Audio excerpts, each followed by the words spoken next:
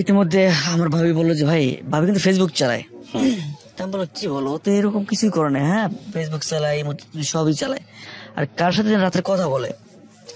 তো আমি এক পর্যায়ে বললাম যে ভাই, ওর ফোনে একটা নোটিফিকেশন চাইবে, একটা কোড নাম্বার দেবে, তোমার দিও তো, কারণ সিমের নাম্বারটা আমি জানি। ওখান থেকে আমি ফেসবুকটা মেসেঞ্জারে নক করলাম, নক করে কোড নাম্বারটা নিয়ে আপনার মেসেঞ্জারে আমি নিয়ে আসি। আনার পরে কিছু কিছু ছেলেদের সাথে যোগাযোগ ওর আরো 2 বছর আগে থেকে, যারা ওর প্ল্যান করে আমার ঢাকায় আনা হয়েছে। আমার নাম হচ্ছে মানিরুল ইসলাম। আমার আব্বুর আমি একমাত্রই ছেলে, আমার ছোট্ট একটা বোন আছে। তো আসলে ছোট সময় থেকে আমি এসব আমার নানুর খুব আদরের। আমরা 12 ভাই বোন, এর ভিতরে আমি একটু বড়, এবং ছোট সময় থেকে আমার নানু শখ করে তারপরেই রাখতো। তো মেবি আমি নানুরে এতটাই পছন্দ করতাম, আসলে তারা ছাড়া থাকতেও পারতাম না। আর সেও ওই রকমের বড় নাতি আমি, ওইভাবে সে আমাকে লালন পালন করা শুরু করলো।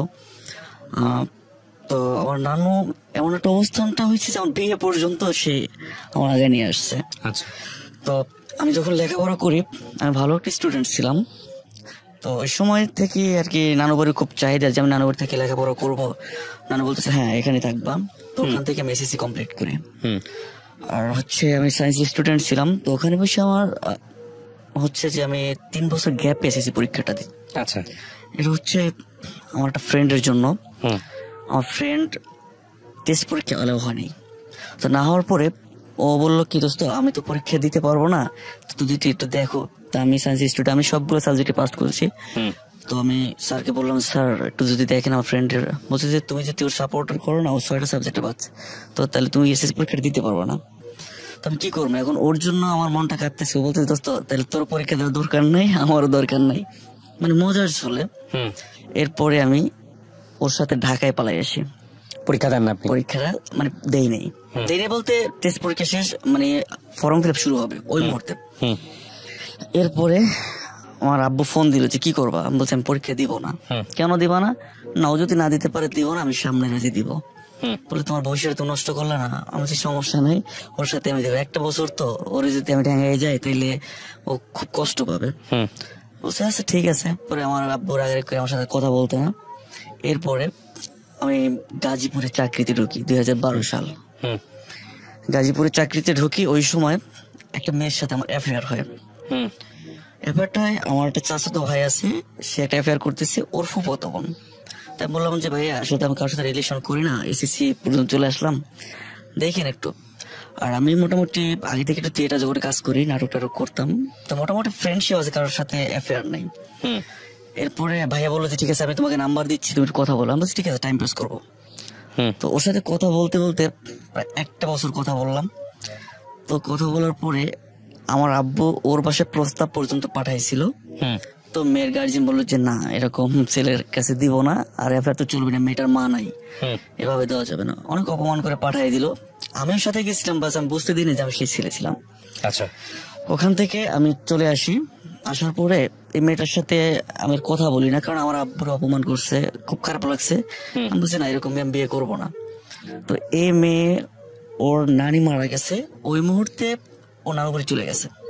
আচ্ছা। যাওয়ার পরে একটা মেয়ে, ওর খালাতো বোন, এর সাথে বলল যে আমি একটা ছেলেকে ভালোবাসি, সেটা আমার পাত্তা দিচ্ছে না।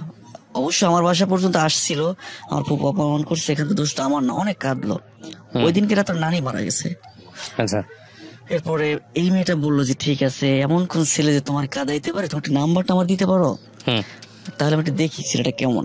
তো মেয়েটা অনেক একটু সুন্দরী। তো বলার পর বলছে যে আচ্ছা ঠিক আছে, নাম্বারটা নিল।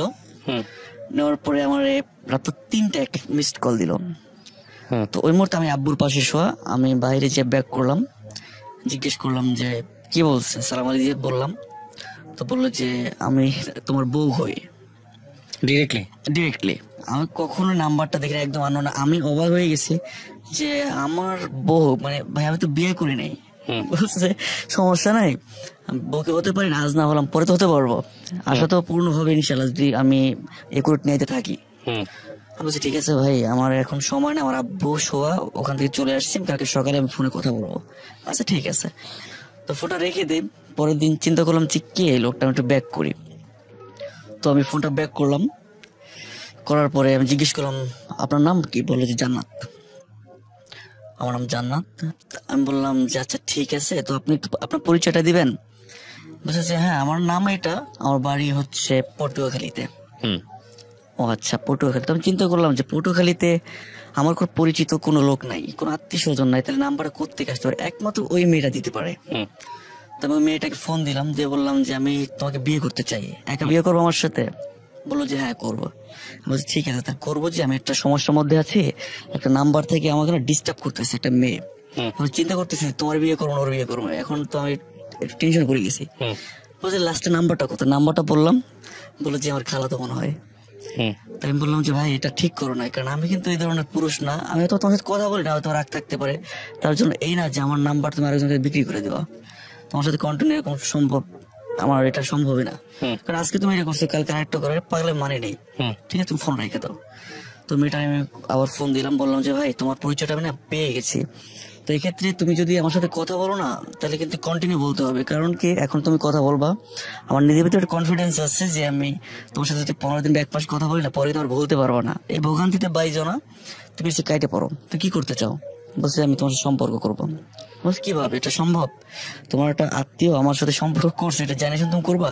বলছে হ্যাঁ করবো। আচ্ছা তো তোমার আমি দেখতে চাই, কিভাবে? বলছে দেখা সম্ভব না, এভাবে তুমি করতে পারবো? হ্যাঁ করবো। আচ্ছা ঠিক আছে। তো আমি কন্টেন্ট কথা বলতে লাগলাম, তো বললাম যে ভাই আমার সাথে কথা বলো, এখন থেকে একটু টাইটে পড়ো, না হলে পরবর্তীতে কিন্তু ফাইসে যাইবা। বলছে আচ্ছা সমস্যা নাই, তুমি কন্টেন্ট কথা বলো। এরপরে আমার সিমটা হঠাৎ করে ব্লক হয়ে যায়। ব্লক হওয়ার পরে আমি ঢাকায় আসি, ঢাকায় মহাখালী চাকরি নেই। 6টা মাস সিমটা বন্ধ থাকে, 6টা মাস পরে চিন্তা করার সিমটা ওঠে, এর ভিতরে কোনো কন্ট্যাক্ট নেই ওর সাথে। 6 মাস পরে মেবি, হ্যাঁ 6 মাস 5.5 মাস এরকম। এবার সিমটা তুললাম, তোলার পরে 5 মিনিটের মাথায় ওর ফোনটা চলে আসছে। আমি চিন্তা করলাম যে 6 মাস ধরে সে ট্রাই করছে। হ্যাঁ 6 মাস ধরে। আমি চিন্তা করলাম, ফোনটা দিয়ে বললাম যে ভাই তুমি কতবার ট্রাই করছো? বলতেছে প্রতিদিন অন্তত প্রতি ঘন্টা একবার দিছি আমি, যে কখন। তা আমি অবাক হয়ে গেছি যে কি বলো তুমি? বলছে হ্যাঁ তুমি কোথায় আছো? আমি বললাম যে আমি তো ঢাকায় আছি। বলছে আমি ঢাকায় আছো, তো আমি সামনের মাসে ঢাকায় আসতেছি, তো এবারে তোমার ছাড়তেছি না, এবার আমি তোমার সাথে দেখা করবোই যেভাবে হোক না কেন। বলছি ঠিক আছে এসে ফোন দিও। তো 2014 ডিসেম্বর আমাকে ফোন দিল, বললো যে আমি ঢাকায় আসছি, আমি তোমার সাথে দেখা করতে চাই। তা আমি বললাম যে কোথায়?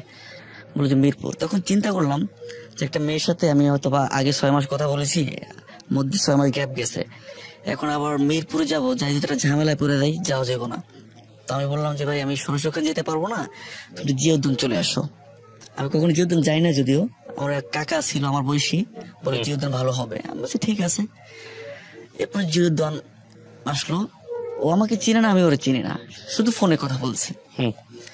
এরপর বললাম যে ভাই তোমার কিরকম দেখতে আমার একটু বলো। তো লাল ড্রেস পরে ছিল, আমার সামনে ছিল, ও আমাকে দেখছে বাট আমার পরিচয়টা দেয় না। 5 মিনিট ঘোরার পরে পরিচয়টা দিল। তো দেখার পরে কি থেকে কি করছি জানি না, দেখার পর প্রপোজ করছি তুমি আমার বিয়ে করবা কিনা। আর কোনো কথাই বলি নাই, বলছি তুমি আমার বিয়ে করবা? বলছে হঠাৎ করে এই প্রশ্নটা কিভাবে করলা? আমি বলছি দেখো আমার ডিসিশনটা এরকমের, তোমার ভালো লাগছে, এতদিন কথা বলছি, তবে এখন থেকে আমি কন্টিনিউ তোমার সাথে সম্পর্কটা করতে চাই। তবে যদি আমার বিয়ে করতে পারো, আমার সাথে কথা বলো, বিয়ে যদি না করতে পারো তোমার সিমটা না ব্লক করে ফেলো বা খুলে ফেলো, যাতে আমি তোমার না পাই। কোনো কথাই বললো না, অনেক কিছু কিনা দিলাম, খাইলো না। তারপর ওরে আমি মহাখালী থেকে ওদিক থেকে হয়ে মিরপুরে আমি আগাই দিই, ওরে আগাই দেওয়ার পরে বাসাটাও চিনাই নাই আমারে। তো আমি ওখান থেকে চলে আসলাম। আসার পরে আমি বললাম যে তুমি ভালো মন্দ আমার জানাইও। একদিন পরেই ওর খালা আমাকে ফোন করলো যে তোমার নাম কি মাইনুল? আমি বললাম হ্যাঁ। বলে যে তুমি একটু আমাদের বাসা আসবা, এরকম তো জান্নাত বললো তোমার কথা, আসলে ওরা বিয়ে দিতে চাই আরো 1-2 বছর আগে থেকে, ও তো বিয়ে করতে চায় না, তো এখন ইচ্ছাকৃত ভাবে একটা ছেলেকে পছন্দ করছে, সেই ছেলেটাকে একটু দেখতে চাই আমরা। তা বলছি যে আন্টি কিভাবে কি যাই? আচ্ছা ঠিক আছে আমি পরে জানাইতেছি আপনাকে। তোমার কাকাকে বললাম যে কাকা আমার সাথে একটু যাইবা। কোথায়? এই যে মেয়েটা দেখলাম ওর বাসায় যাইতে বললো। বলছে বাবা তুমি যাইও না, কারণ ঢাকার অবস্থা তুমি জানো না, যাওয়ার পরে পোলাপান তোমার আটকায় বা মায়ের দেবো, লাস্টে পুলিশে দিয়ে দেবো, এটি দরকারই নেই তোমার। আমার মন তো মানতেছে না। আমি আমার একটা চাস্তো ভাই এসে ফোন দিলাম যে ভাই আমার সাথে একটু যাবে। বলতে কোথায়? আমি বললাম যে এক জায়গায় যাবো এরকম একটা মেয়ে দেখতে, তবে গেলে কিন্তু মায়ের খেতে হবে, এটা কিন্তু শিওর। বলছে যে ঠিক আছে তুই আমার বড় ভাই, তুই যদি মায়ের খাইতে পারো, আমি কিছু খাইতে পারবো না। ঠিক আছে চলে। এবার নিয়ে চলে গেলাম ওখানে, প্রায় 2000 টাকার চকলেট নিয়ে গেলাম। যাওয়ার পরে এত সুন্দর আপ্যায়ন করলো আমারে, মানে কি বলবো, মানে পরিচিত মতো। ওকে, তো বলার পর বললো যে ঠিক আছে, জান্নাতের বাসায়? হ্যাঁ জান্নাতের বাসা। জান্নাতের বাসা না, ওটা হচ্ছে ওর খালার বাসা, ওকে, বেড়াইতে আসছে। তো আমার আন্টি বললো, ওর খালা, যে তোমার খালা আসুক, তারপরে একটু কথাবার্তা বলো, দেখো কি বলে সে। 10 মিনিট পরে সে চলে আসলো। এটা ভালো জায়গায় চাকরি করে, উচ্চ র্যাঙ্কের। তো এসে জিজ্ঞেস করলো তোমার নাম, বললাম, বাড়ি কোথায় সেটাও বললাম। বলার পরে বললো যে তুমি কি এই মেয়েটাকে বিয়ে করতে চাও? হ্যাঁ বিয়ে করতে চাই। আচ্ছা তোমার কি আছে? তো আমি বললাম যে আমার শুধু একটা ঘর আছে, জায়গা জমি কিচ্ছু নাই, আমার এক বাবার একা, আমার আব্বু কাঠ মিস্ত্রি কাজ করে, এতটুকুই। তো বললো যে এই অবস্থা তুমি নিয়ে মেয়ে খাওয়াবে? কেমন? বলছি সরকারের চাকরি করি। বলছি এই অবস্থাটা মেয়ে দিব না। আমি বলছি ঠিক আছে, যদি আপনি না দেন এখানে তো জোর করে নিতে পারবো না, তবে আমি অনেক লাভ করি, আর এটা যদি না হয়তো তাহলে হঠাৎ করে একটা বাসা পর্যন্ত আমি আসতে পারতাম না। বলছি ঠিক আছে, তাহলে একটা কাজ করো, যেহেতু আমার মেয়ে পছন্দ করছে তোমারে, তোমার একজন গার্জিয়ান নিয়ে আসতে। আমি বলছি গার্জিয়ান সাথে আমি এখন কথাই বলতে পারিনি, আগে আপনাদের সম্মতি পাই তারপর ট্রাই করব। আর মেবি মনে হয় যে আমার আব্বু এটা রাজি হবে না। বলছে ঠিক আছে, রাজি না তো কিছু করার নাই, তাহলে আমাদের মেয়েটা তোমার দিতে পারবো না, কারণ রাস্তার ছেলের কাছে তো মেয়ে দেবো না আমরা, যেহেতু তোমার এমনিতেই কোনো জায়গা জমি নাই, টাকা পয়সা নেই, কিচ্ছু নাই, তারপরে গার্জিয়ান যদি না থাকে সেটা তো দেবো না। বলছি ঠিক আছে, আমি আব্বুর সাথে কথা বলে দেখি, আমি কালকে আপনাকে জানাবো। এরপরে আমি বাসায় ফোন দিলাম, বাসায় ফোন দিয়া আব্বুরে বললাম, আব্বু বললো যে তোমার আমি তেজ্য করে দেবো, এরকম মেয়ে বিয়ে করার দরকার নাই, যদি করো তাহলে একা করো, তোমার মতো ছিল আমার দরকার নাই। তো আমি ওই সময় একটু কি মনস্থির করে বলছি জানি না, আমার আব্বুর বলছি যে এখানে আপনি আমার জন্মদাতা, আপনি যদি আমার ভুলে থাকতে পারেন আমি ভুলে থাকতে পারবো, তবে আজ না কালকে এমনিতে মানে নিতে হইব এটা। তো আমি আম্মার সাথে কান্নাকাটি করলাম, আম্মা অনেক বুঝাইলো, বোঝানোর পর বললো যে ঠিক আছে তাইলে একটা কাজ করো, আমি তোমার কালকে জানাই, দেখি কি বল, তোমার কাকা আলোচনা করে দেখি। তো আমি এদিকে অলরেডি জানাই দিছি আমার আব্বু রাজি না। তো আমার বললো যে ঠিক আছে তাহলে একটা কাজ করো, তোমার একটু বাসায় আসো। আমি গেলাম, আমার শাশুড়ি উনি আমার অনেক বুঝাইলো যে মিরাজ, তোমার আব্বু যদি একেবারে রাজি নাই হয় তাহলে তুমি কালকে আসবা, আমি আমার মেয়েটাকে তোমার হাতে তুলে দেবো, আর কারোর দরকার নেই, আমি একাই যথেষ্ট। কেন ওনার মায়ের কথা কেন বলতেছিল? এটা বলছে এই ওনার এই একটাই মেয়ে, আরো 2টা ওর বোন আছে, সৎ বোন, আর এই মেয়েটা ছোট সময় থেকে যা চায় সবই দেয়, আর ওর বিয়ে দিতে চায়, ও বিয়ে বসবে না, কিন্তু আমার সাথে রাজি হয়ে গেছে। তো বলতেছে পরে সব ঠিক হয়েছে, যেহেতু তোমার গার্জিয়ান থাকবে না সেখানে তো আমরা ফেস করতে পারবো না, তবে আমি একা তোমার মেয়েটা দিয়ে দিব, তুমি কালকে একটু আমার ডিসিশনটা জানাও। এর মধ্যে আমার আব্বু বলছে যে হ্যাঁ তাহলে মেয়ে দেশে পাঠাই দিয়ে আমরা দেখতে যাব। এরপরে আমি বললাম যে ঠিক আছে আপনারা দেশে চলে যান, আব্বু প্রস্তাব নিয়ে যাবে। যেভাবে হোক বিয়েটা মোটামুটি আমার আব্বু দেখে রেখে সবকিছু ঠিক করলো। ঠিক করার পরে তারিখ দিয়ে আসলো, বললো যে তুমি অমুক তারিখে চলে আসো। কবে? 2015 সালের জানুয়ারির 9 তারিখে বিয়ের ডেট দিল। তো আমি বিয়ের ডেটে চলে গেলাম। যাওয়ার পরে ওখানে বিয়ে একটু গ্যাঞ্জাম হয়েছিল, তার বিয়ে ওখানে বই দিতে চাইছিল না, আমাদের পরিবেশ দেখে ভালো লাগে নাই তাদের। তো আমার আব্বু বলছে যে এতগুলো টাকা নষ্ট করলাম, তোমরা আগেই বলতে পারতাম। যেভাবে বিয়েটা হলো, ওখানে হওয়ার পরে আমি আবার ঢাকায় চলে আসি। আমার আব্বুরও চাকরি হয়ে যায়। ইতিমধ্যে আমার নানু বাড়িতে আমি থাকি এখনো। আমি দেশে আমার তেমন মানে আমার গ্রামের বাড়িতে তেমন লোকের চেনে না, ওখানে সবাই চিনে আমারে। তো নানু বললো যে বউ উঠে আনতে হবে না। আমি বললাম যে আমার কাছে টাকা নাই। তাহলে বিয়ে করছে কি জন্য? টাকা পয়সা নেই, বিয়ে শাদী করছে, এখন কি দিব টাকা? তখন নানু ওই সময় আমার যত খরচ উনি খরচটা বহন করে।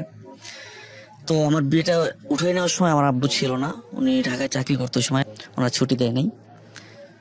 তো আমার নানুর সম্মতিতে সবাই কিনে মোটামুটি আমার শ্বশুরবাড়িতে অনেক বড় আয়োজন করছে বিয়ের জন্য। তো নিয়ে আসলাম,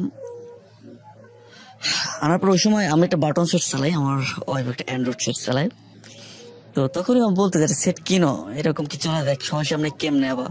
আমি কিনে নেবো, সমস্যা চাকরি করতেছি তো বেতন বেতন পাই, তারপরে আগে বিয়ের খরচটা চালাই। আচ্ছা ঠিক আছে। তো যখন যাই তখন আমরা ফেরিতে, ওই সময় ফোনটা মিসড কলের মতো আসছে। তো আসার পরে ওইটা আমি চিন্তা করলাম যে আজকে বিয়ের দিন, সবাই তো আত্মীয় স্বজন জানে যে ও আমার সাথে আছে, মিস কল দেওয়ার কোনো কারণ নাই, যদি ফোন দেয় তাহলে আমার কাছে দিবে। তো আমি তেমন কিছু বললাম না, আমি বাইরে নামে একটা সিগারেট খেতে গেলাম। ও ওই থেকে আমার সাথে কেমন মন মালিন্য। আমি চিন্তা করলাম সিগারেট খাইতে গেলাম এই জন্য নাকি। তো আমি জিজ্ঞেস করলাম যে এটা আমি খাই, এটা তুমি জানো? আর এমনি তো মনটা ভালো নাই, তো একটা সিগারেট খাইছি, আমি সত্য কথাই বললাম, তোমার সাথে মিথ্যা কথা বলবো না। তো বলতেছি এটা আমার পছন্দ না। তো আমি একটু রাব ব্যবহার করছি যে তোমার এটা পছন্দ না, আজকের বিয়ের দিন আমি কেবল নিয়ে আসলাম, ফিরে দিয়েছি তোমার ফোনে একটা মিসড কল, এটা কি অ্যালাউ করা যায়? তোমার সন্দেহ করতেছি না, তুমি কথা বলো, একজন ডাইরেক্ট কল দেখ, অথবা তোমার আত্মীয় স্বজন যদি হয় সেটা আমার কাছে ফোন দেবে যে কত দূর গেছো। আচ্ছা ছাড়ো, বাদ দিয়ে দিলাম। এরপরে নিয়ে গেলাম, মোটামুটি সবাই আনন্দ ফুর্তি করতেছে। 3 দিন পরে তোমার শ্বশুরবাড়ি নিয়ে যাইতে হয়, তো আমি ওরা নিয়ে গেলাম। যাওয়ার পরে কিভাবে জানি না, ওর যে পুরনো পার্স ছিল মাথার কাছে রাখা, ওই পার্সের ভিতরে আমি একটা আননোন নাম্বার পাই। কিভাবে পান?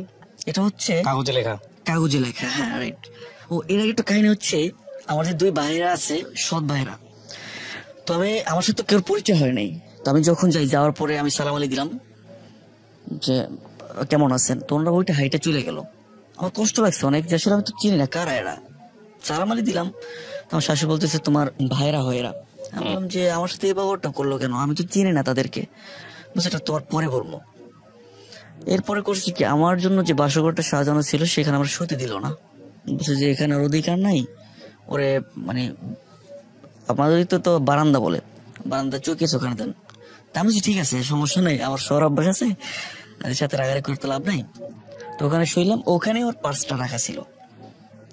তো আমি বললাম যে আমার 100 টাকা দিতে পারো, আমার তো খুচরা নাই। বলছে যে ব্যাগের ভিতরে আছে, দেখো। টাকাটা আনতে যাই, আমি একটা নাম্বার পাই, নাম্বারটা আমি কাউরে দেখাই না, আমার নিজের কাছে রাখলাম। পরের দিন সকালে আমার শাশুড়ি ডাক দিলাম, মা একটা নাম্বার পাইছি, আমি একবার ট্রাই করছিলাম, এটা ছেলে ধরছে, নাম হচ্ছে খোকা, ওর নাম। তো বললো যে আচ্ছা ছাড়ো, এটা পুরোনো বন্ধু বান্ধব থাকতেই পারে, ওটা তো সমস্যা না। আমি বলছি ঠিক আছে। এরপর আবার বাড়ি নিয়ে গেলাম। যাওয়ার পরে আমার নানুর ফোনে একটা কল আসছে, মিসড কল। আমি সাথে সাথে চিন্তা করলাম নানু ফোন আসছে, কয়বার কইতে পারি না, আমার তো 2-3 বার ফোন দিল, বললো যে জান্নাত আছে কিনা। আমি বললাম যে জান্নাত চাই, বুঝলাম না আপনার ফোনে। আমি ফোনটা আমার ফোন থেকে ব্যাক করলাম, ব্যাক করার বলতেছে ভাই আপনি তো অনেক সুখী মানুষ, আমার ভালোবাসার মানুষটাকে নিয়ে গেলেন আর একবার খোঁজ খবর নিলেন না। আমি বলছি ভাই আপনাকে তুমি চিনি না, কিভাবে কি খোঁজ খবর নেই, আর আপনার নাম কিছুই আমি জানি না, আপনার ওয়াইফকে জিজ্ঞেস করেন বলে দিব, সমস্যা নাই। আর এটা টেনশন করবেন না, ওরে কষ্ট দিবেন না, যেহেতু আমিও একজন ওর ভালোবাসার মানুষ, সেক্ষেত্রে আমার বলার দায়িত্ব আপনাকে যে ওর কষ্ট দিবেন না। আমি বললাম যে ভাই আপনি ভালোবাসছেন আর আমি ভালোবাসে বিয়ে করে আনছি, তাইলে আপনার থেকে আমি দায়িত্বটা বেশি নিছি, আপনার থেকে টেনশনটা আমার বেশি। আচ্ছা হ্যাঁ ঠিক আছে, থাকতে পারে। তো আমার বউকে আমি জিজ্ঞেস করলাম, তো আমারে বললো যে হ্যাঁ এই ছেলেটার সাথে আমার সম্পর্ক ছিল, বাট এখন নাই। আচ্ছা নাই ঠিক আছে, তোমার নাম্বার এখানে জানতে পারে, বাট আমার নানুর নাম্বারটা কিন্তু তার কাছে যাওয়ার কথা না। তো উনি বললো যে আমার ফোনে টাকা ছিল না, তো ফোন দেয়, আমি ওইটা দিয়ে মিস কল দিয়ে বলছি তুমি ফোন টোন দিও না। আমি বলছি ঠিক আছে, তার বাদ দাও। তো আমি ওই সময় আমার দেশি আমি চাকরি করি, তো ও কন্টিনিউ কথা বলতো, আমি এরও অনেকবার ধরছি। তো ইতিমধ্যে সবচেয়ে কষ্টের ব্যাপার হলো এই 3টা মাস পরে ছেলেটা মারা যায়। তো আমি শুনতে পারি ক্যান্সার ছিল, আর এই ক্যান্সারের জন্যই আমার বউ নাকি ওর সাথে কথা বলতো না, যে তুই তো মরেই যাবি, তোর সাথে কথা বলে লাভ কি। মানে আমার বউ কথা বলতো বাট ভালো ব্যবহার করতো না। আচ্ছা, যেটা আমি পরে জানতে পারছি।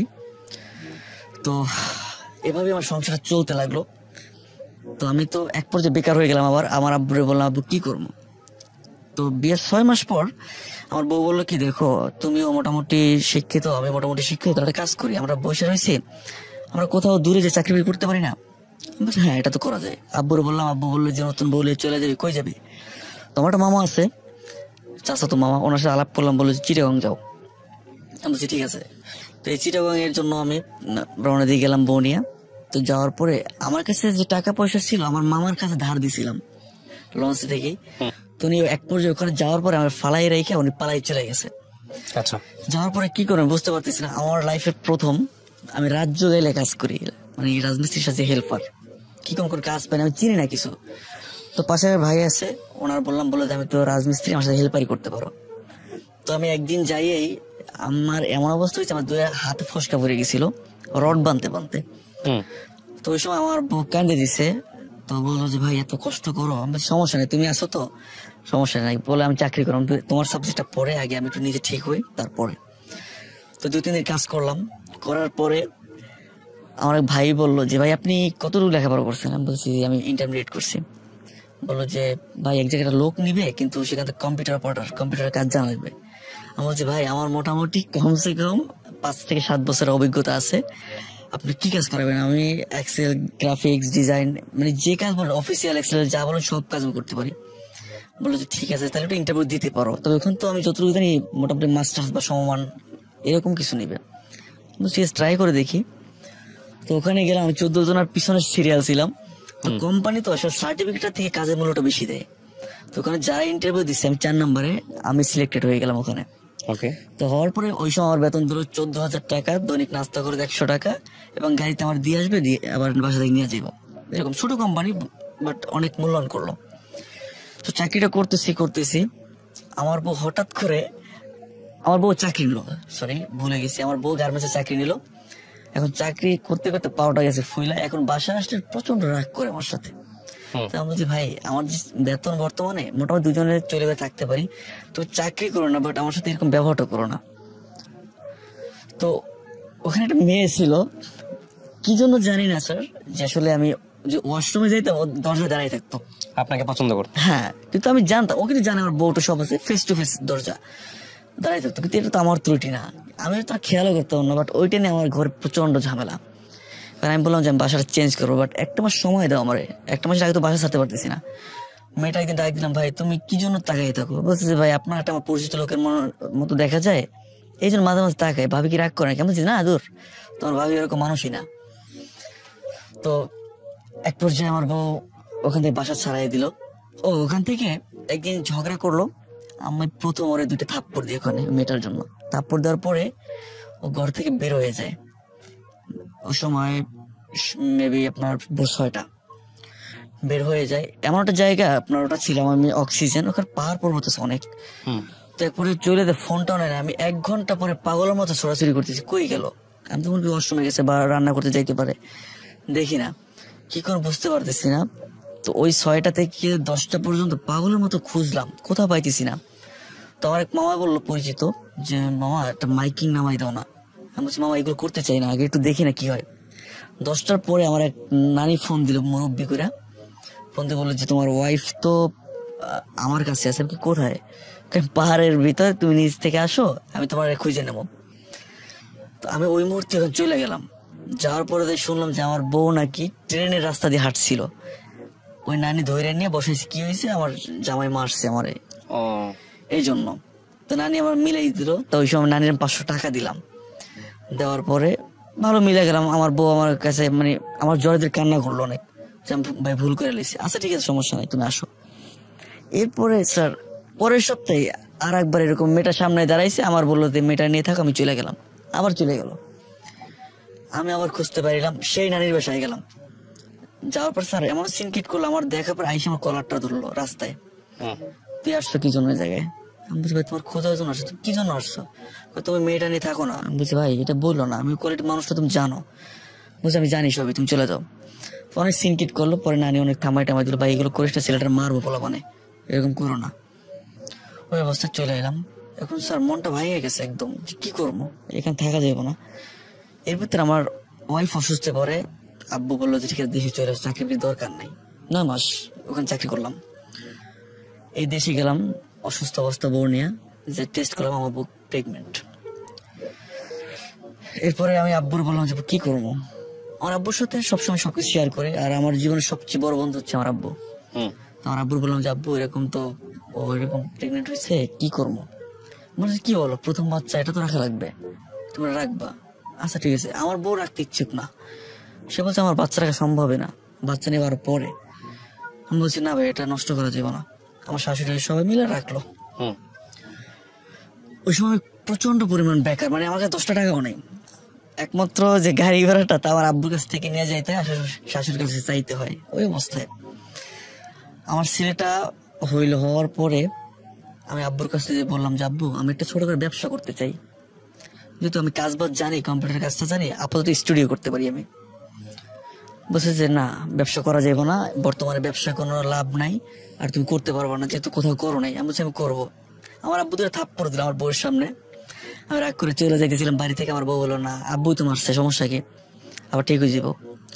পরের দিন আমার আব্বু ডাইকে বললো যে টাকা কই পাইবা। তা আমি বললাম যে আপনি আমার 20,000 টাকা ম্যানেজ করে দিবেন, আর 30,000 টাকা আমি লোন নিবো, 50,000 টাকা আমি শুরু করতে পারবো, সেকেন্ড হ্যান্ড কিনবো সব মাল। আচ্ছা ঠিক আছে, এই শুরু করলাম। আস্তে আস্তে মোটামুটি ভালোই চললো। আর এখান থেকে একটা সমস্যা আছে যে আমার ওখানে বিদ্যুতের লাইন দেওয়ার কথা ছিল, তো বললো যে 10 দিন পর বিদ্যুৎ দেবে। আমি দোকানটা অলরেডি উদ্বোধন করে ফেলেছি, কিন্তু সমস্যাটা হচ্ছে 2 বছর বিদ্যুৎটা পাইনি আমি। এই 2টা বছর আমি জেনারেটর দিয়ে কাজ করতাম। তো আস্তে আস্তে মোটামুটি ভালোই দোকান নিলাম, মানে মালামাল কিনলাম, অনেক ইলেকট্রনিক্স করলাম, সার্ভিসিং করলাম, নিজে মোটামুটি সার্ভিসিং কাজটা জানি।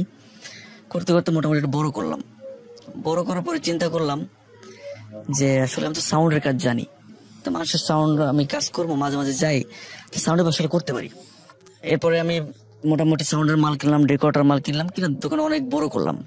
তো দোকানটা বড় করতে গিয়ে আসলে আমি কিছু মানুষের কাছ থেকে আমি সুদের উপর টাকা আনি। টাকা আনছি 1 লাখ টাকা, কিন্তু আমার 1 বছরে টাকা হয়ে গেছে প্রায় 3.5 লক্ষ টাকা। যাই হোক, মোটামুটি দোকানে মাল বাসছে প্রায় 10 লক্ষ টাকার মতো। এরপরে আমি একটা প্রোগ্রাম চালাইতে যাই, ওই সময় আমার দোকানটা চুরি হয়ে যায়। আমার 4 লক্ষ টাকা মাল নিয়ে যায়। তো আমি চোরটার ধরতে পারি নাই, কোনো খোঁজই পাইলাম না। এরপরে কি করবো, গত 22শে রমজান এই টেনশনে আমার হার্ট অ্যাটাক হয়। হ্যাঁ, মিনি স্ট্রোক যেটা বলে। মানে এক পর্যায়ে আমার বাম সাইডে সমস্যা হয়ে গেছিল, বরোনা থেকে রিটার্ন করলো যে ন্যাশনাল হার্ট ফাউন্ডেশন মিরপুর আছে, ওখানে যান, ওখানে গিয়ে ভালো চিকিৎসা পাবেন। আমি এখানে চলে আসলাম। আনার পরে ওখানে একটা স্মৃতি রয়ে যায়, আমি টাকা আনছি সুদের উপরে। ওই সময় আমার কাছে 5,000 টাকা ছিল লাস্ট পর্যায়ে।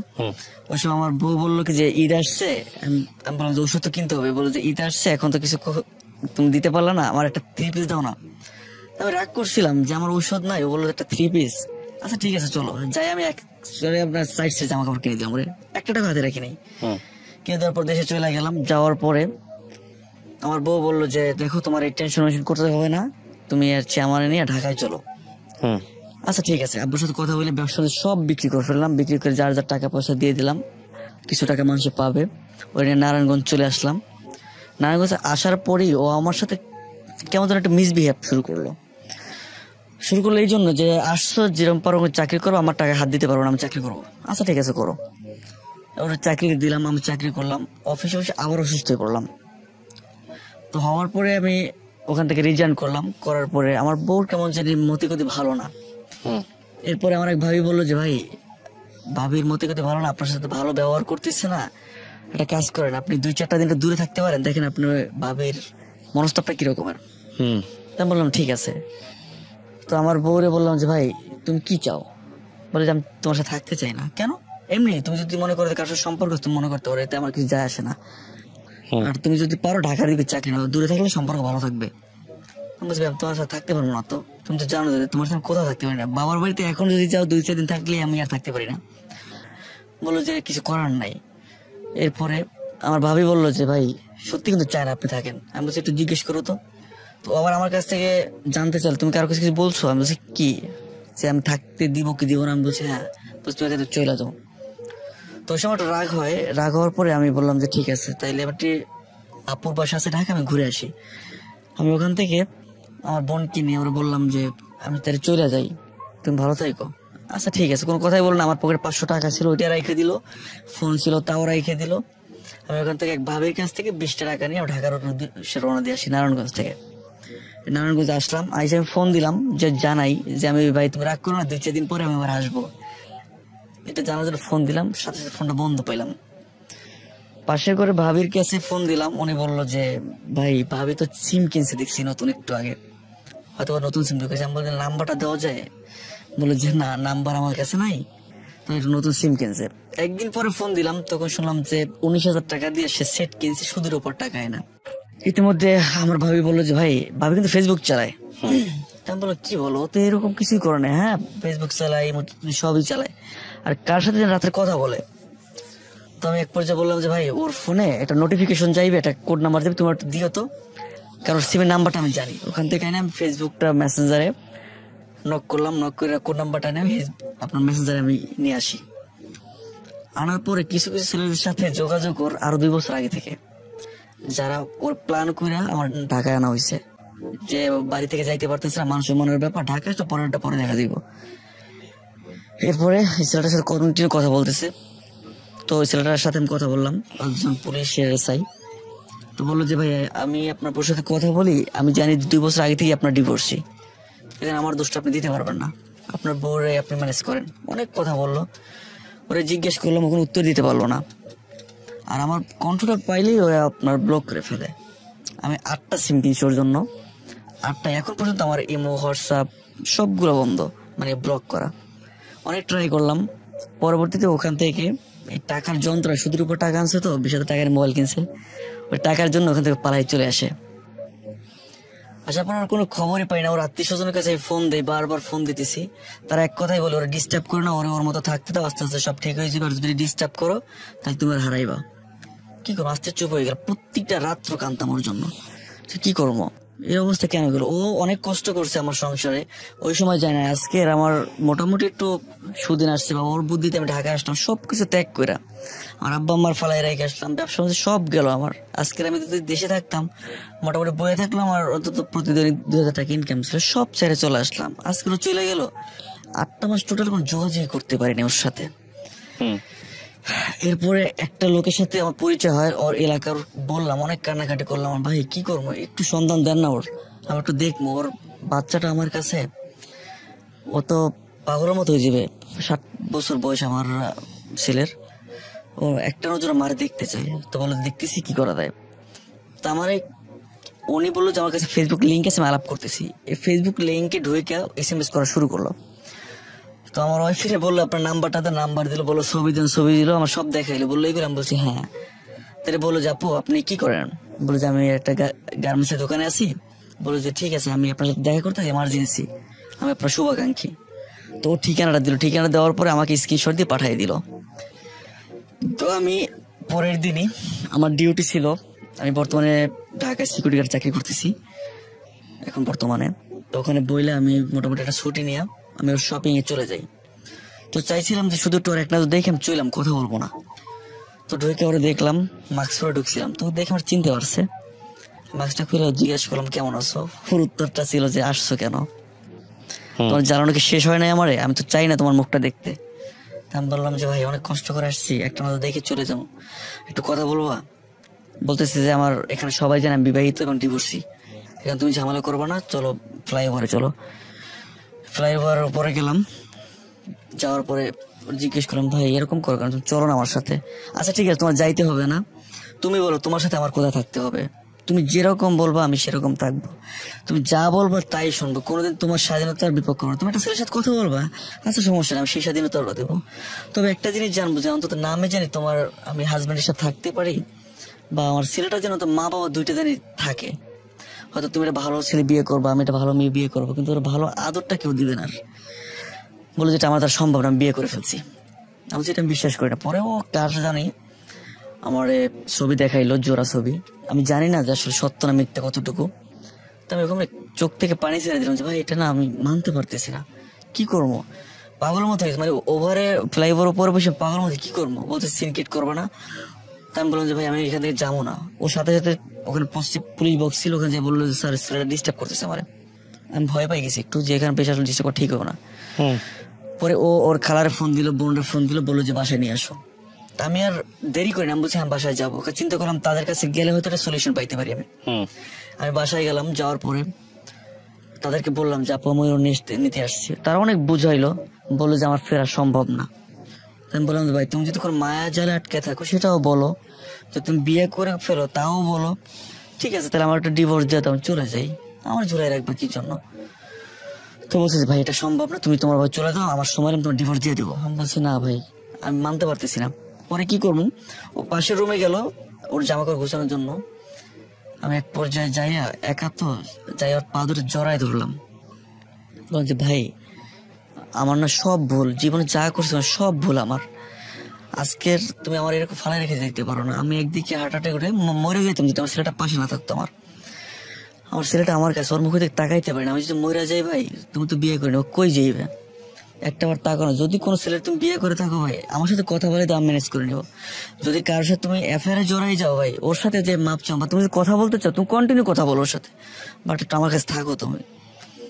ওই অবস্থায় আমার বুকে ব্যথাও ছিল, ওই অবস্থায় বুকেও লাথি মেরে উঠে গেছে, তোর মতো লোক তো আমার দরকার নাই। আসছো কেন জায়গায়, সিনক্রিট করতে আসছো, এখান থেকে বাইরে না তো জুতো দিয়ে বাইরে আমি পাঠাই দেবো। কি করবো বুঝতে পারতেছি না, আমার পাগলের মতো কান্না করতেছি। আপুর যে বলছে, আপু একটু ম্যানেজ করেন না, বলতেছে ভাই কিছু করার নাই, এখানে তোমার সংসার যদি না করতে চায়, এখানে আমি কি করতে পারি? তাই বলো যে ভাই এতটুকু একটু সহানুভূতিশীল হও, ছেলেটার দিকে তাকাও, একটা বার দেখতে মন চায় না তোমারে? ঠিক আছে, তুমি যদি নাই যাও, আমি কালকে একটু ছেলেটা নিয়ে আসি মার্কেটে, এখনো দেখাই নিয়ে যাও। বলতে আমি ছেলের মুখটা দেখতে চাই না, আমি যদি বাইসে থাকি না, ওরকম ছেলে আবার জন্ম দিব আমি। তাই বললাম ভাই তুমি আসলে মানুষ না, তুমি মেশিন হয়ে গেছো। একটা ছেলে 7 বছর বয়স, কিভাবে সম্ভব এটা? তো বললো যে কিছু করার নাই, আমার কোনো মায়া দেয় নাই, তুমি যদি ছেলে নিয়ে আসো, আয়া ঘুরে নিয়ে যেতে পারবো, তোমার কষ্ট ছেলে নিয়ে যেতে, বাট আমি কিন্তু পারবো থাকতে। না ভাই দরকার নাই। তবে ভাই একটা কথা বলি, তো আমার একটা ডিভোর্সটা দিয়ে দাও, তো চিন্তা করবো নাই। আর এখন তো আশ্বাসে থাকি, হয়তো বা ফিরবে। বলতেছি ঠিক আছে, তোমার আমি 30 তারিখ, এই 30 তারিখে ডেট দেওয়া ছিল, 30 তারিখ ডিভোর্স পেপার পাই যাবে, তো আমার ডিস্টার্ব করবো না। তো আমার আপুর বললাম, আপু একটা কথা বলে রাখবেন? হ্যাঁ বলো। এই 30 তারিখ তো, আমি তো আজকে 15 তারিখ আসছি, 15 দিন একটু আমার সাথে কথা বলতে বললে, দৈনিক একবার অন্তত 5 সেকেন্ডের জন্য, এরপর তার কথা বলবো না আমি। আচ্ছা ঠিক আছে বলবে, যাও। আমি চলে আসলাম। একদিন পরে আমার বউ আমার ফোন দিল যে আমার 2000 টাকা দিবে, আমি তোমার কাছে ফিরবো, তবে আমার একটু সময় লাগবে। আমি বলছি ভাই স্বামীর কাছে ফিরবা, তাও তোমার সময় লাগবে? আচ্ছা ঠিক আছে, আমার কাছে টাকা আছে, অ্যাকাউন্টে আমার 5000 টাকা আছে, আমি তোমার 5000 টাকা দিতেছি, তোমার সমস্যা। তবে ভাই তুমি আমার সঙ্গটা ছাইরো না। তুই কি মনে কর, তুই কি আমার কি মানে বোকা মনে করছো? আমি অলরেডি চাকরি ওখান থেকে ছাইরা দিচ্ছি তোর জন্য, সিমটা কালকে চেঞ্জ করবো, তুই আমার খবরও পাবি না, তুই তো আশ্বাস দিলাম, তোর টাকা ওটা আমার দরকার নেই। তো কি করবো বুঝতে পারতেছি না। পরে চিন্তা করলাম যে আসলে আমার বাসাটা চেনা দরকার, কারণ ও যদি আমাকে ডিভোর্সটা না দেয়, পরবর্তী ঝুলাই রাখবে। ও যে ছেলের সাথে আছে বর্তমানে, যদি কখন লাথি মারে তখন আমার কাছে আসবে, তখন কি করবো মরে নিয়ে। তো এই চিন্তাটা করে আমি চলে গেলাম ওর আবার শপিং এ। চিন্তা করলাম পিছনে পিছনে যাওয়ার বাসাটা চিনে আসবো, 30 তারিখ ডিভোর্স যদি না দিলাম ফাইসে যাবো। ওর পিছনে পিছনে গেলাম, যাওয়ার পরও ট্যালেন্টেড তো আসলে, ও তো আমারই বিক্রি করে ফেলে, ও ফলো করছে আমার, দেখে চিনতে পারছে। আবার রাস্তায় সিনকিট করছে, আমার কলার ধরে ফেলছে। তা আসছো কেন? ভাই আমি আসছি তোমার একটু দেখার জন্য, তোরা বলছিল 30 তারিখ ডিভোর্স দিয়ে দেবো। বলছে ঠিক আছে দিয়ে দাও, তো দেখতে আসলাম। আজকে তুমি দিয়ে দেবো, তাও দিতে পারো, সমস্যা নেই। বলছে আপুর বাসা চল, এই আমার নিয়ে গেল। আপু বললো আসছো কেন? আপু আসছি এই জন্য, ওটা দেখার ইচ্ছে ছিল, আর 30 তারিখ এমনি চলে যাইবে, একটু আপনার চেষ্টা করেন, আপনার বোন তার ফিরবেন আমার কাছে, সেই সুযোগটা তো নাই। তো ওই সময় আমি বললাম যে ভাই আমি যা করছি আমার মাফ করে দিও, তোমার সাথে ভুল করছে, তবে সেই ভুলটা তুমি মাইনে নিতে পারো না, একজন চলে গেছো, এমনটা সময় গেছো না ভাই, আমার মাছ পথে ধুয়ে চলে গেল। যদি আমার ব্যবসা বাণিজ্য ছিল ওই অবস্থা ফেলাই চলে যেত, ওটা ধরে একটু খাইতে পারতাম। আজকে আমার অবস্থা, আমার কিচ্ছু নাই, আমার টাকা পয়সা নাই, ব্যবসা বাণিজ্য নাই, আজকে আমার বউ পাশে নাই, ছেলেটা তো মা হারা, কি করবো? চলো না ভাই। বলছে এটা সম্ভব হয় না তোর। তো এই অবস্থায় এমনটা সিনক্রিট করছে, আমি বলছিলাম আমি তো ওর ছবি তুলতে চাইছিলাম, যে শেষবার তার ছবি তুলে নিয়ে যাই, একটু দেখবো আমি, ওর কাছে ওর ছবিটা আমার কাছে নাই। ও যাই আমার এই ফোনটা ধরে একটা আসতে আসছে, যাই কলা টলা ধরে অনেক সিনক্রিট করলো। আমার ভাইরা ছিল অনেক রাগারাগি করছে, তারা এটা করা তো ঠিক হয় নাই। আমি বললাম যে ভাই তোমার জায়গায় আসছি, তুমি অনেক কিছু করতে পারো। বললো যে তোর 2টা মিনিট যে আমার সাথে কথা বললি, তোর যোগ্যতাটাই নাই, তো আসছো কি জন্য? তোর দেখো তোমার বমি চলে আসে, তোর মুখটা দেখতে চাই না, তুই কোনো আসিস না, যদি আও তাইলে মনে করো তুই তোর বাবার জন্মের না। এরপরে আমি ওখান থেকে ভাই ঠিক আছে আমি চলে যাই তাহলে। আমি চলে আসলাম। আসার পরে আমার নাম্বার তো ব্লক করাই, অন্য নাম্বার থেকে ফোন দেই। স্যার এমন বিশ্রী গালাগালি করে না, আমি আজকেরও ফোন দিছিলাম, এমন বিশ্রী গালাগালি করে না, মানে আজকের বলেই দিছি যে সত্যি বলে তোর বাবার জন্য ঠিক নাই, আর ফোন দিস না, আমি আসছি তোর কালকে বা 20 দিনের ভিতরে আমি তোর ডিভোর্সটা পাঠিয়ে দিতেছি। উনি কি বিবাহ করেছে কাউকে? এটা এখন পর্যন্ত স্যার আমি অনেক চেষ্টা করছি কনফার্ম, তবে হ্যাঁ বিয়েটা আচ্ছা, হতে আপনার গল্পটার পারেনি। শেষ জায়গাটায় আমি কয়েকটা কথা বলি। আপনার গল্পটা শেষ, আমি জাস্ট 2-3টা কথা বলি। প্রথম কথা হচ্ছে আপনাদের সম্পর্ক কয় বছরের? 6 বছরের। হ্যাঁ, আপনি যে গল্পটা এখানে পুরোটা বলেছেন, এখানে এক পাক্ষিক দোষ পাওয়া গেছে, সেটা হচ্ছে আপনার স্ত্রী, কিন্তু আপনার কোনো দোষ পাওয়া যায় না। দেখেন, আপনার স্ত্রী যদি এই গল্পটা বলতো, তাহলে আপনারও অনেক সমস্যা সে বলতো, তার সমস্যা সে বলতো না। কথা সেটা না, কথা হচ্ছে এই গল্পগুলোর একপাক্ষিক গল্প, তো এই গল্পগুলো আমি ধরেই নিচ্ছি যে সত্য না। আপনি যা বলছেন সেটা 50% সত্য, আপনার ওয়াইফ যেটা বলতো সেটা 50, সব মিলে 100% হয়তো। এখন যেহেতু উনি এখানে উপস্থিত নাই, কিন্তু একটা বিষয় সত্য, সেটা হচ্ছে যে উনি আপনাকে আর ওনার লাইফে জায়গা দিচ্ছে না, দিচ্ছে না, এবং আপনি যে কোনো ভাবেই হোক ওনাকে ছাড়তে পারতেছেন না, ওনাকে ছাড়া থাকতে পারতেছেন না। এইরকম সিচুয়েশন কি আপনাদের এই 6 বছরের সম্পর্কে আর কখনো আসছে? 6 বছর না, সরি, আমার সংসার হচ্ছে 9 বছরের। 9 বছরের মধ্যে কি আর কখনো আসছে এরকম? এরকম হয় না, তবে মাঝে মাঝে অনেক ঝগড়াঝাটি হোক সেটা ঠিক আছে, কিন্তু এরকম ছেড়ে চলে গেছে, আপনি হাতে পায়ে ধরে রিকোয়েস্ট করছিলেন, কখনো হয়েছে এরকম? একবার হয়তো মেবি গেছিল রাগ করে, কিন্তু যাওয়ার পরে আমি আমার দুলাভাইকে নিয়ে গেছিলাম, যাওয়ার পর সাথে চলে আসছে। শোনেন, যদি বিষয়টা এমনই হয় যে উনি আপনাকে ছাড়া থাকবেন এবং এটা আপনি নিশ্চিত হয়ে যেতে পারেন যে আসলে অন্য কারোর সাথে সে ইনভলভ হয়ে গেছে, তাহলে আমার পক্ষ থেকে পরামর্শ হচ্ছে আপনি তাকে আর কোনোভাবেই রিকোয়েস্ট করবেন না। হ্যাঁ, রিকোয়েস্ট কেন করবেন না? আমি জানি এটা খুব কঠিন হবে, তারপরও আমি আপনাকে বলবো যে রিকোয়েস্ট করাটা কোনোভাবে উচিত হবে না। যে মানুষ, ধরেন আপনার সাথে ও সম্পর্ক খুব খারাপ, কিন্তু আপনি তো আপনার ওয়াইফের জায়গায় অন্য একজনকে আপনার ওয়াইফের জায়গায় চিন্তা করেননি, বা আপনি তাকে বাদ দিয়ে অন্য কাউকে বিয়ে করেননি। তো এই জিনিসগুলো যেহেতু হয় নাই, সুতরাং আপনার জায়গা থেকে খুব কষ্টের বিষয় হবে ওকে ছেড়ে দেওয়া। আর এটা ঠিক যে ও যদি সুইচ করে থাকে, তাহলে আমি বলবো যে কোনোভাবেই আপনি তাকে রিকোয়েস্ট করবেন না। একটা জিনিস মনে রাখবেন, আপনি যত বেশি তাকে রিকোয়েস্ট করবেন, যত বেশি আপনি তার দিকে হাত বাড়াবেন, তত বেশি সে আপনার উপরে খেপবে, আপনাকে পেন দিতে চাইবে এবং আপনার কাছ থেকে দূরে সরতে চাইবে। এটা হচ্ছে চিরন্তন সত্য। হ্যাঁ, এবং আপনার ভিতরে যত ভালোবাসাই থাকুক না কেন তার জন্য, যত মায়া থাকুক না কেন, সেটা আপনাকে বুকে চেপে রেখে তাকে লেট গো করতে হবে, যে ঠিক আছে তুমি চলে যাও। অত্যন্ত কঠিন, ভয়ঙ্কর কঠিন, খুব কঠিন নিজের জন্য, নিজের সন্তানের জন্য। আপনি খুব লাকি একটা বিষয়ে, আপনার সন্তানটাকে সে আপনার কাছ থেকে নিয়ে যায়নি, না নিয়ে গেছিল, অনেক কষ্টে নিয়ে আসছে। আচ্ছা, যদি তাহলে সে অর্থে লাকি যে আপনি সন্তানটাকে আপনার কাছে রাখছেন। হ্যাঁ, এখন যেটা ফিল হবে যে আপনারও কষ্ট হবে, আপনার সন্তানেরও কষ্ট হবে, এবং আপনার সন্তানের কষ্টটা আপনি আবার নিজের মধ্যে অনুভব করতে পারবেন। তবে এটা ঠিক, যে চলে যেতে চায় তাকে চলে যেতে দেওয়া উচিত, এবং তাকে কখনোই ধরে রাখা উচিত না, তাকে রিকোয়েস্ট করা উচিত না। সম্পর্ক জিনিসটা কখনো হাতে পায়ে ধরে টেকে না, এটা অবশ্যই মাথায় রাখবেন। অনেক চেষ্টা করতেছি কন্ট্রোল করতে, কিন্তু পারতেছি না। হ্যাঁ, পারবেন না। আমি আপনাকে বলি, এটা আপনার কেবলমাত্র তো শুরু, এটা দগদগে ঘা, এটা তো সহজে শুকাবে না। তবে আপনি 1 দিন চেষ্টা করেন, 2 দিন চেষ্টা করেন, 5 দিন করেন, 7 দিন করেন, আঘাত পেতে পেতে দেখবেন যে একসময় আপনি পেরে গেছেন। তবে কখনোই আপনি তাকে রিকোয়েস্ট করে সংসারে নিয়ে আসবেন না, এটা হচ্ছে সবচাইতে বড় ভুল হবে, ব্যাপারে কোনো সন্দেহ নেই। আজকের এই গল্পটার জায়গাটাই আসলে ঠিক এই জায়গাটাতে, যে কোনো সম্পর্ক, সেটা স্বামী স্ত্রী সম্পর্ক হোক বা আপনার হচ্ছে বয়ফ্রেন্ড গার্লফ্রেন্ডের হোক, যদি কোনো পক্ষ চলে যাওয়ার সিদ্ধান্ত নিয়ে নেয় এবং অন্য কারোর সাথে ইনভলভ হয়ে যায়, তাহলে এক পক্ষ থেকে যতই ভালোবাসা থাকুক না কেন, কখনোই তাকে হাতে পায়ে ধরে রিকোয়েস্ট করা উচিত না, তাকে অবশ্যই চলে যেতে দেওয়া উচিত। এবং এই বিষয়ে কোনো ধরনের কোনো প্রকার কম্প্রোমাইজ করা উচিত না নিজেকে। তা আপনি আকাশ সমান ভালো, যে বাড়ি থেকে যাইতে পারতেছে না, মানুষের মনের ব্যাপার, ঢাকা তো পরেরটা পরে দেখা দিব। এরপরে ছেলেটার সাথে কন্টিনিউ কথা বলতেছে, তো ছেলেটার সাথে আমি কথা বললাম, একজন পুলিশের এসআই। তো বললো যে ভাই আমি আপনার বউর সাথে কথা বলি, আমি জানি 2 বছর আগে থেকে আপনার ডিভোর্সি, আমার দোষটা আপনি দিতে পারবেন না, আপনার বউরে আপনি ম্যানেজ করেন। অনেক কথা বললো, ওরা জিজ্ঞেস করলাম, কোনো উত্তর দিতে পারলো না। আর আমার কন্ট্রোলটা পাইলেই ওই আপনার ব্লক করে ফেলে। আমি 8টা সিম কিনছি ওর জন্য, 8টা। এখন পর্যন্ত আমার ইমো, হোয়াটসঅ্যাপ সবগুলো বন্ধ, মানে ব্লক করা। অনেক ট্রাই করলাম, পরবর্তীতে ওখান থেকে টাকার যন্ত্র, সুদের উপর টাকা আনছে, তো 20,000 টাকার মোবাইল কিনছে, ওই টাকার জন্য ওখান থেকে পালাই চলে আসে। আচ্ছা, আপনার কোনো খবরই পাই না। ওর আত্মীয় স্বজনের কাছে ফোন দেয়, বারবার ফোন দিতেছি, তারা এক কথাই বলে, ওরা ডিস্টার্ব করে না, ওর মতো থাকতে দাও, আস্তে আস্তে সব ঠিক হয়ে যাবে, আর যদি ডিস্টার্ব করো তাহলে তুমি আর হারাইবা।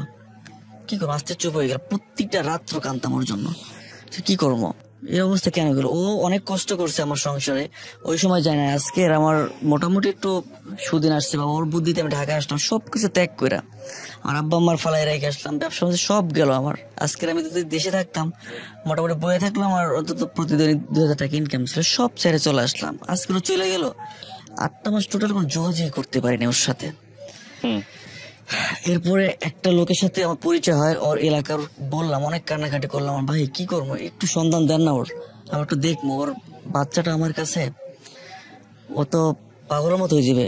7 বছর বয়স আমার ছেলের, ও একটা নজরে মারে দেখতে চাই। তো বলে দেখতেছি কি করা যায়। তা আমার উনি বললো যে আমার কাছে ফেসবুক লিঙ্ক আছে, আমি আলাপ করতেছি। এই ফেসবুক লিঙ্কে ঢুকে SMS করা শুরু করলো। তো আমার ওয়াইফ ফিরে বললো আপনার নাম্বারটাতে, নাম্বার দিল, বললো ছবি দিন, ছবি দিল, আমার সব দেখাইলো, বললো এইগুলো। আমি বলছি হ্যাঁ। তাহলে বললো যে আপু আপনি কি করেন? বললো যে আমি একটা গার্মেন্টস এর দোকানে আছি। বললো যে ঠিক আছে, আমি আপনার সাথে দেখা করতে এমার্জেন্সি, আমি আপনার শুভাকাঙ্ক্ষী। তো ও ঠিকানাটা দিল, ঠিকানা দেওয়ার পরে আমাকে স্ক্রিনশট দিয়ে পাঠিয়ে দিল। তো আমি পরের দিনই, আমার ডিউটি ছিল, আমি বর্তমানে ঢাকায় সিকিউরিটি গার্ড চাকরি করতেছি এখন বর্তমানে।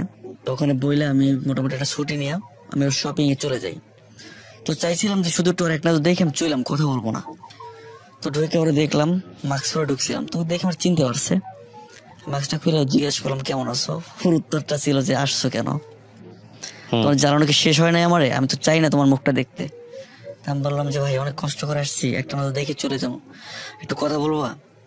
বলতেছে যে আমার এখানে সবাই জানে আমি বিবাহিত এবং ডিভোর্সি, এখানে তুমি ঝামেলা করবো না, চলো ফ্লাইওভারে চলো। ফ্লাইওভার উপরে গেলাম, যাওয়ার পরে জিজ্ঞেস করলাম ভাই এরকম করো কেন, তুমি চলো না আমার সাথে। আচ্ছা ঠিক আছে, তোমার যাইতে হবে না, তুমি বলো তোমার সাথে আমার কোথায় থাকতে হবে, তুমি যেরকম বলবা আমি সেরকম থাকবো, তুমি যা বলবা তাই শুনবো, কোনোদিন তোমার স্বাধীনতার বিপক্ষ না। তুমি একটা ছেলের সাথে কথা বলবা, আচ্ছা সমস্যা নেই, আমি সেই স্বাধীনতা দেবো।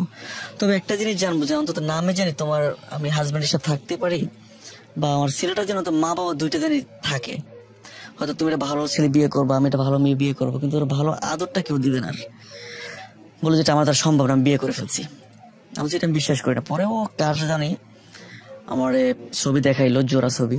আমি জানি না যে আসলে সত্য না মিথ্যা কতটুকু। তো আমি ওখানে চোখ থেকে পানি ছেড়ে দিলাম যে ভাই এটা না আমি মানতে পারতেছি না, কি করবো? পাগলের মতো হয়েছে, মানে ওভারে ফ্লাইওভার উপরে বসে পাগলের মতো কি করবো? বলতে সিনকেট করবো না। তা আমি বললাম যে ভাই আমি এখান থেকে যাবো না। ওর সাথে সাথে ওখানে পুলিশ বক্স ছিল, ওখানে যে বললো যে স্যার ছেলেটা ডিস্টার্ব করতেছে আমার। আমি ভয় পাই গেছি একটু যে এখানে পেশা ডিস্টার্ব করা ঠিক হবে না। পরে ও ওর খালারে ফোন দিল, বোনের ফোন দিল, বললো যে বাসায় নিয়ে আসো। তা আমি আর দেরি করি না, আমি বলছি আমি বাসায় যাবো। চিন্তা করলাম তাদের কাছে গেলে হয়তো একটা সলিউশন পাইতে পারি আমি।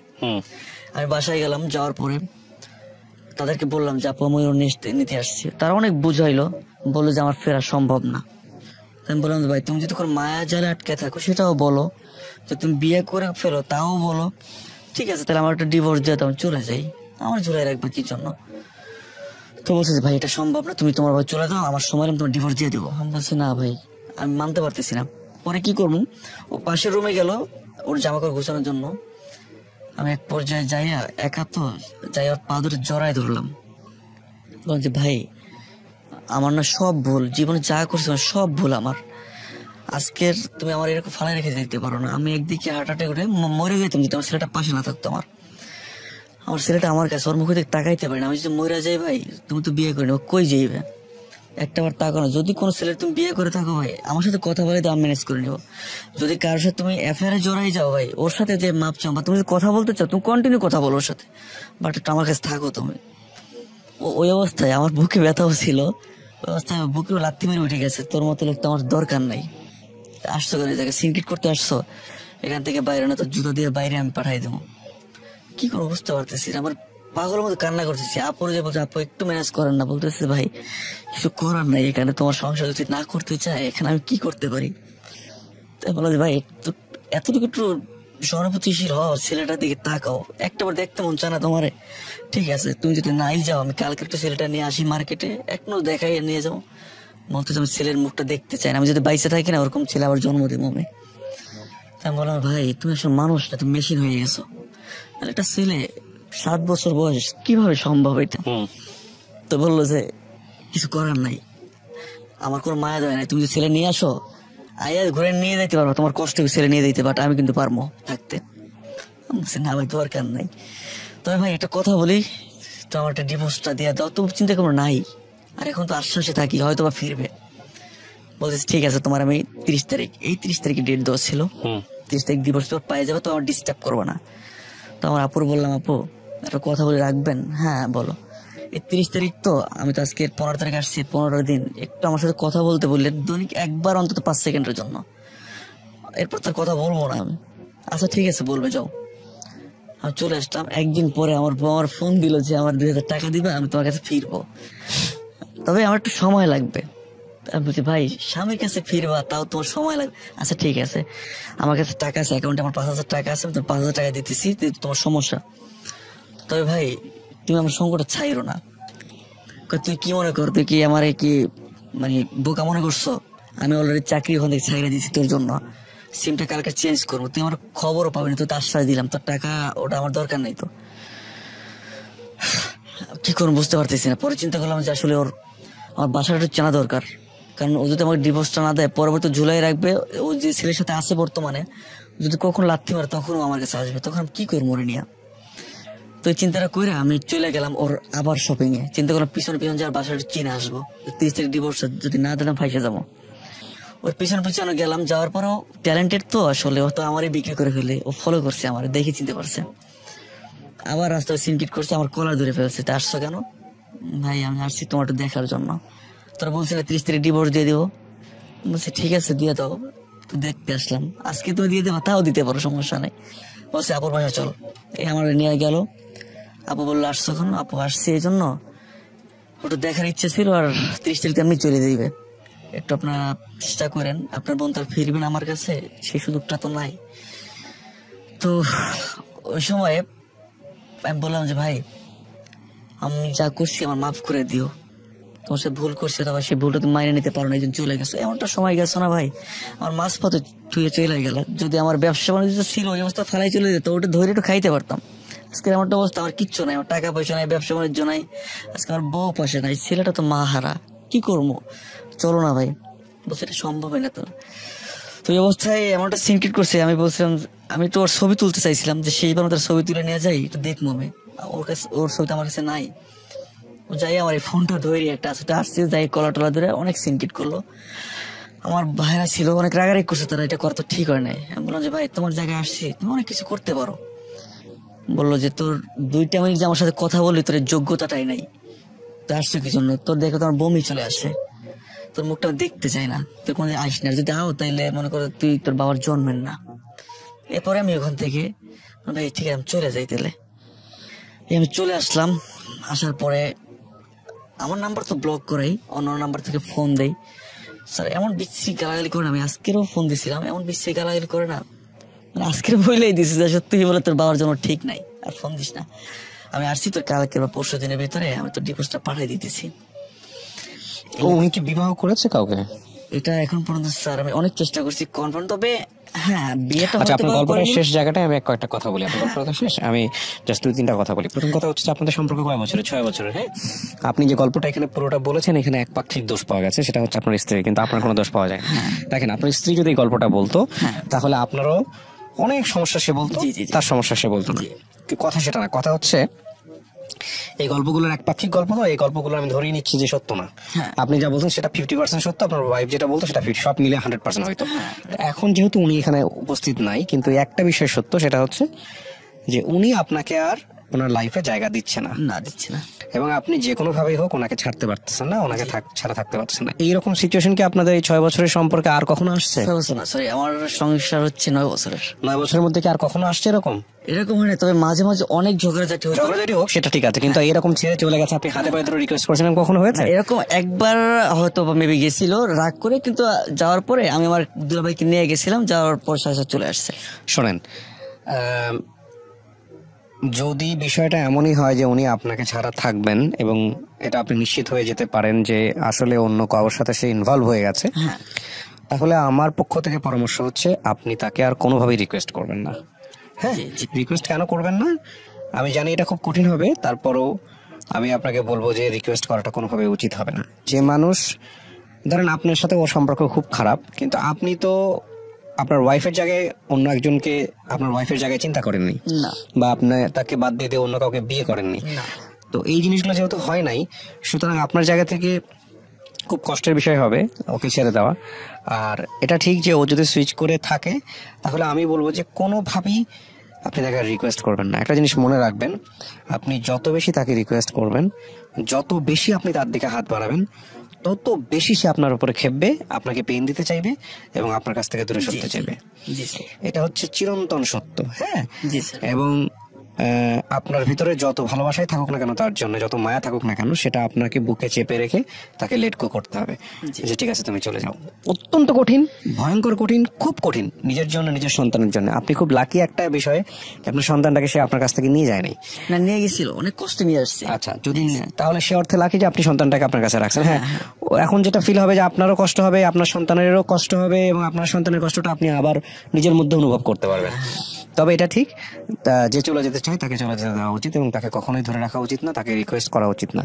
সম্পর্ক জিনিসটা কখনো হাতে পায়ে ধরে টেকে না, এটা অবশ্যই মাথায় রাখবেন। অনেক চেষ্টা করতেছি কন্ট্রোল করতে, কিন্তু পারতেছি না।